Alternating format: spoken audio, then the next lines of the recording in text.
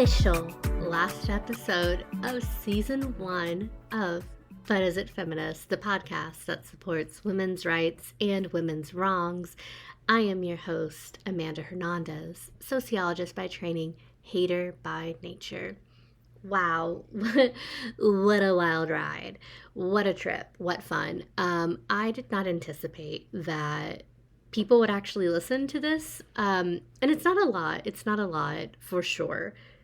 But it's definitely more than I thought. I'm pulling up the show's Instagram right now, and we have, oh my God, where is it? 110 followers. So I'm kind of a big deal. But really, sincerely, it means so much to me that the response that I have gotten has been so overwhelmingly positive.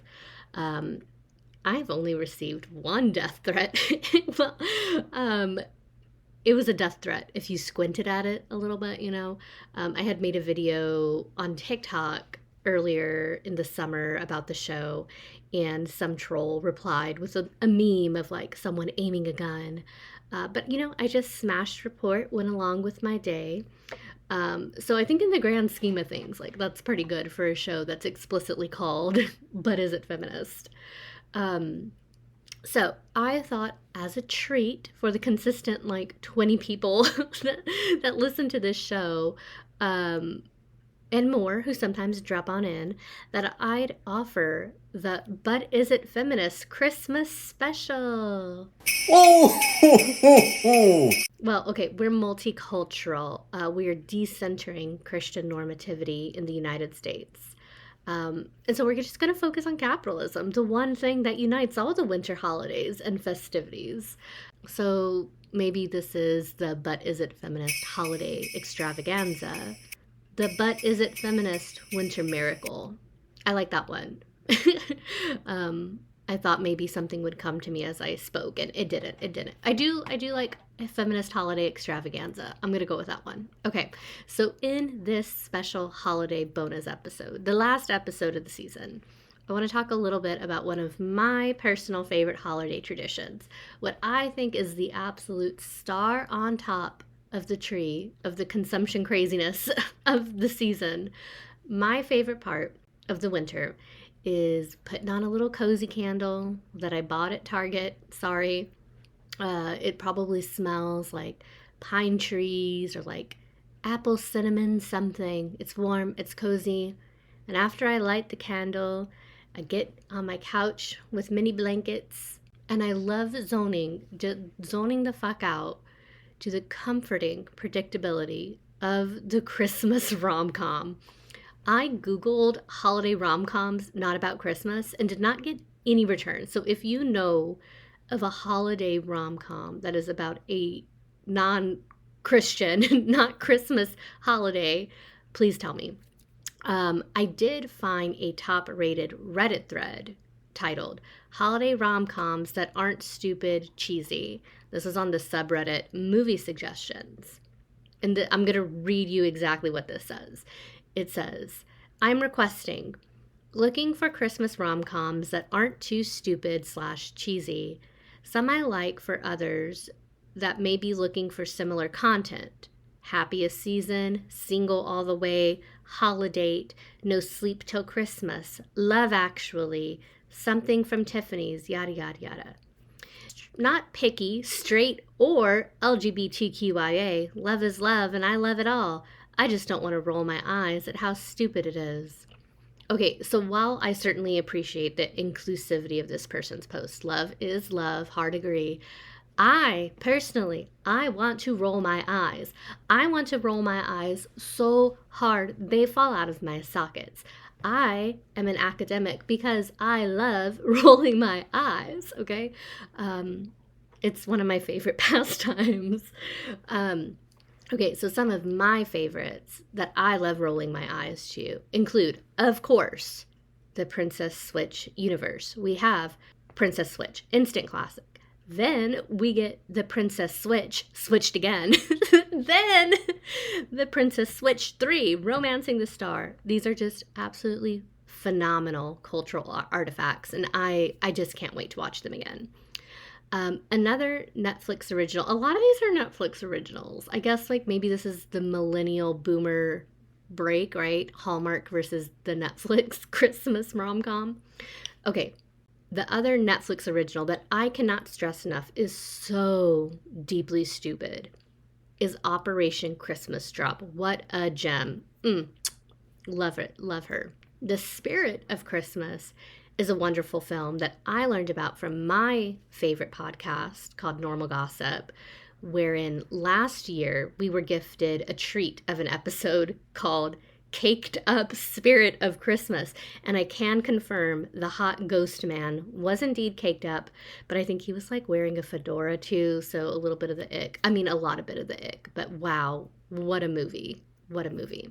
The Spirit of Christmas is exactly what you think it's about.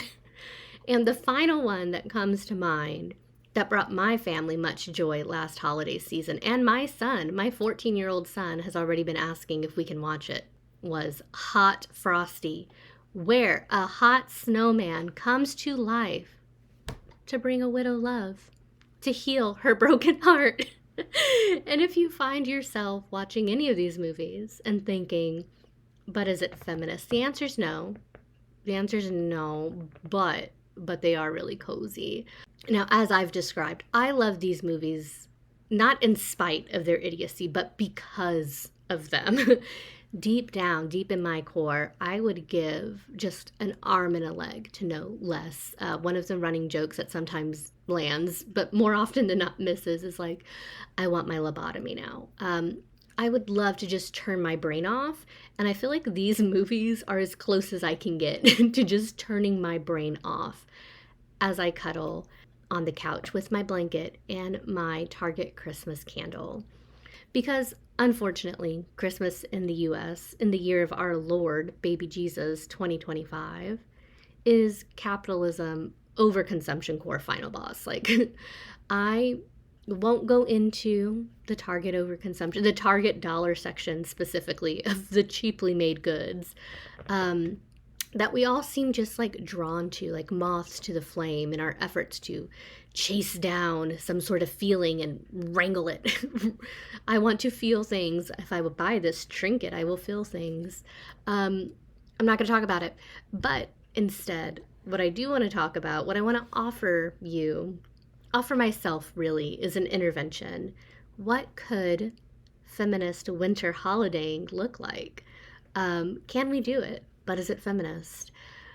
We've heard this season from many wise, insightful people that many things can be feminist. For the pure of heart among us, it can be feminist.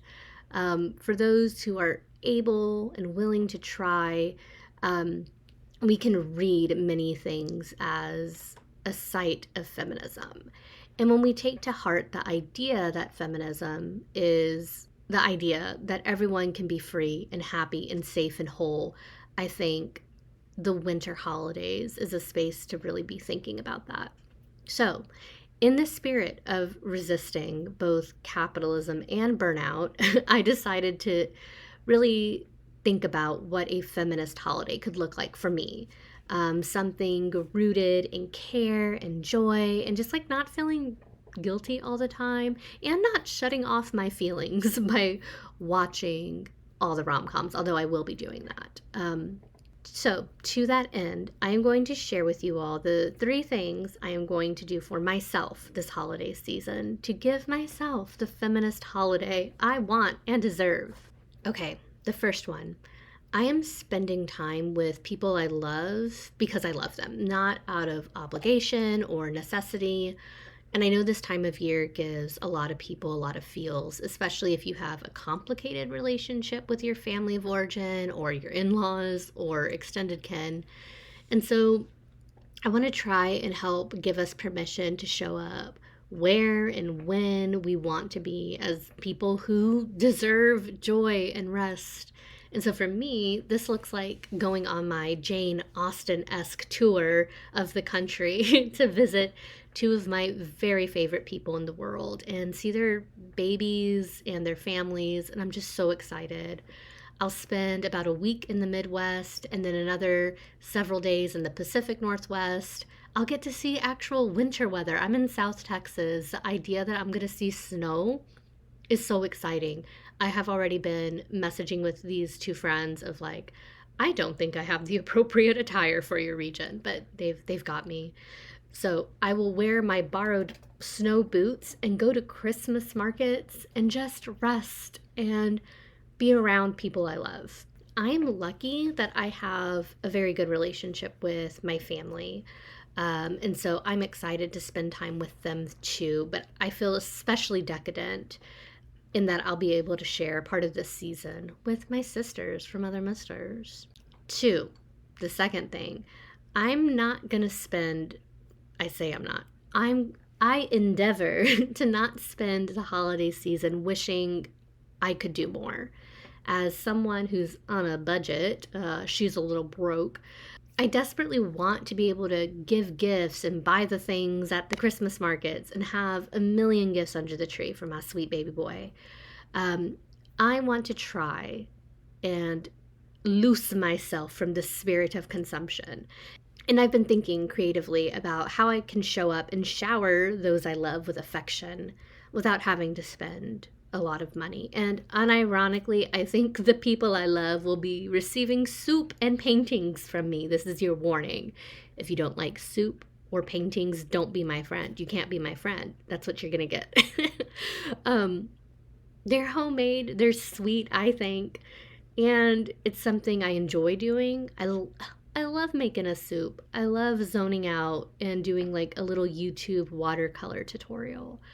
And so, as someone slogging along with my mental health, I think not only is it important for me to find joy in being able to do those things and not like the, oh, I dropped $200 at the TJ Maxx and now I feel a rush of dopamine, but being able to actually make something for those I love, I think can help me sort of balance that, taking care of myself while also loving the people I love and giving them a holiday treat. 3. This is the last one, and it's a big one, and it's a surprise for you too.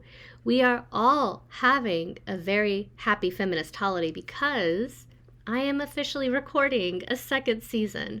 The reception to this has been so positive. And again, even though it's not like a lot of people, I've had lots of DM activity. And so I figured, why the heck not? I have already started recording. The season is planned. I don't have a premiere date set, but if you're following along on Instagram, or perhaps you can be follower 111, I will post dates once they are settled. Really, it's just been so cool for me to make this little passion project and then have people be interested, and then be able to make a little bit more. So, wow, what a Christmas miracle for me, a Christmas miracle for you. There's more, but is it feminist? Wow.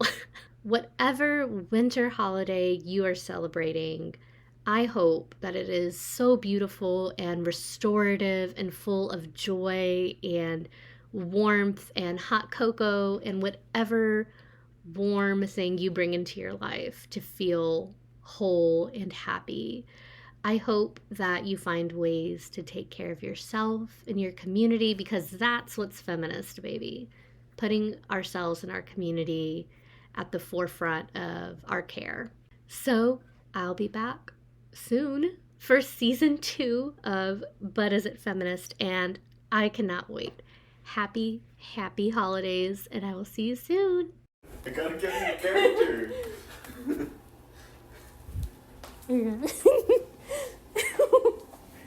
Hold on, okay. Oh,